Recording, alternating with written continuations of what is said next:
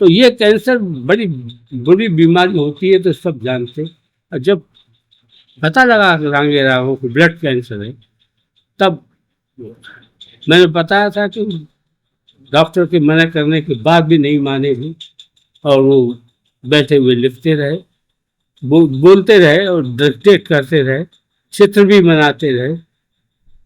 कहा जाता है कि उस संगीत में भी उनका कुछ ज्ञान था, लेकिन मेरे सामने कोई ऐसी बात नहीं आई कि संगीत में क्या था।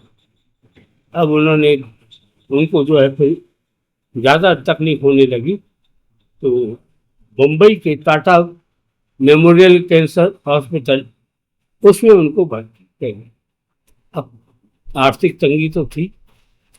अब हम सब लोगों ने सोचा क्यों ना हम लोग चंदा करके उनको सहायता पहुंचा, क्योंकि उस वक्त तो उनके चांदी के बर्तन भाड़े तक बिक चुके थे, घर में कुछ नहीं था, संकट से गुजर रहे थे। लेकिन जब उन्हें मालूम पड़ा कि मेरे लिए आगरा के साहित्यकार चंदा जमा कर रहे हैं, तो उन्होंने घनश्याम अस्थाना को एक पत्र लिखा, घनश्याम कोई आवश्यकता नहीं मेरे लिए चंदा जमा करने।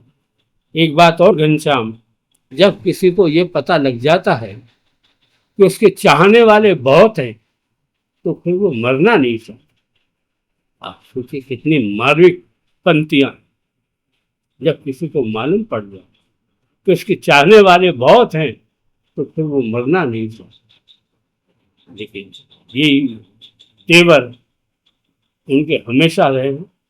इस तेवर के जरिए वो हमेशा याद रखे जाएंगे।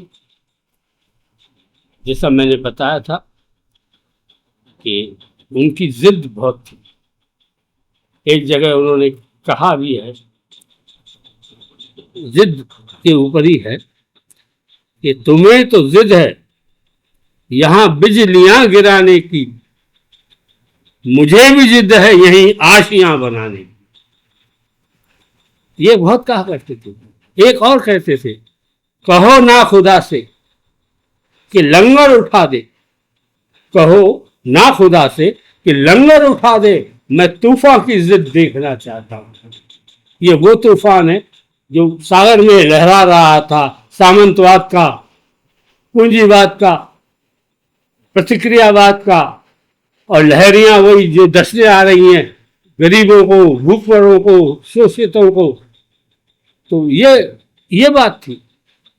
अब मैं तो ये कहता हूं कि उनके तेवर अजब थे। जब वो जरा तहस में आ जाए, ये जमीन डोल उठे, आसमान डोल उठे, सड़कों पर धूल उठे, वो जब तूने देखी है कहा उसकी पुरखतर रहा, इसलिए तुझसे कह देते हैं कि पीनक में मत रहे। जब वो जरा तुझसे कह देते हैं पीनक में मत रहे, अब अगर भी तूने बढ़ाया इधर एक कदम, हम नहीं होंगे या हो आदि तेरा कदम। ये चुनौती है, हमेशा चुनौती देते रहे हैं रांगे राघव, और उन्होंने सागर को चुनौती दी है कि अब तू कितना बढ़ सकता है, मैं खड़ा हूं किनारे पर, तुझे आगे नहीं बढ़ने दूंगा, इन नागों को डसने नहीं दूंगा, इन्हें हटा करके मांगूंगा। ये थे रांगे राघव।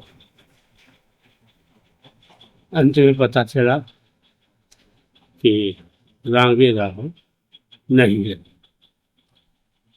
नव भारत टाइम्स में ये खबर पहले छप कि रांगे राघव नहीं रहे। सन्नाटा छा गया पूरा आगरा की साहित्य का, सब जगह सन्नाटा छा गया, शोक सभाएं होने लगी।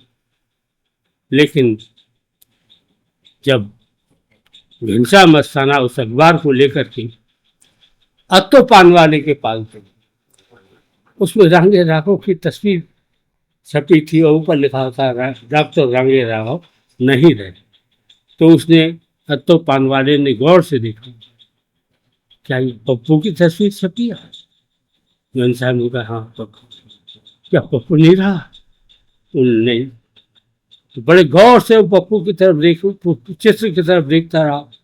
एक सूनापन, खालीपन और एक टक लगाकर देखने का दर्द उसकी आंखों में दिखाई दिया कि पप्पू उसका प्यारा दोस्त सहपाठी आज नहीं रहा, उसे अकेला छोड़ करके चला गया और उसकी आंखों से आंसू टपक पड़ते। छोटे से छोटा आदमी भी उनके लिए रोया करता। तांगे वाले, रिक्शे वाले उनके घर के सामने खड़े होकर के सभा कर रहे थे कि रांगे राव नहीं रहा, हमारा अन्नदाता नहीं रहा, हमारा शरण देने वाला नहीं रहा, हम किसे बिठा लेंगे, किसे क्या करेंगे। उनके अंतिम क्रिया बंबई के शमशान घाट सोनापुर में हुई, वहीं इसका अस्थि क्रिया की गई। मुझे लगता है ऐसा जागरूक कलाकार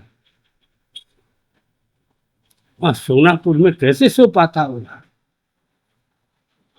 नहीं जागरूक था। और वो यही मुझे फिर पंक्तियां याद आती, फिर आऊंगा नया रूप है, ये हंस राजहंस तो फिर आएगा, कहीं नहीं जाएगा। अब मैं जितनी याद थी सारी कथा आपके सामने सुनाई। हरि अनंत हरि कथा अनंता, हरि अनंत हरि कथा अनंता, सदियों तक यह कथा झलंता। अच्छा, अब मुझे आज्ञा दीजिए। नमस्कार, धन्यवाद।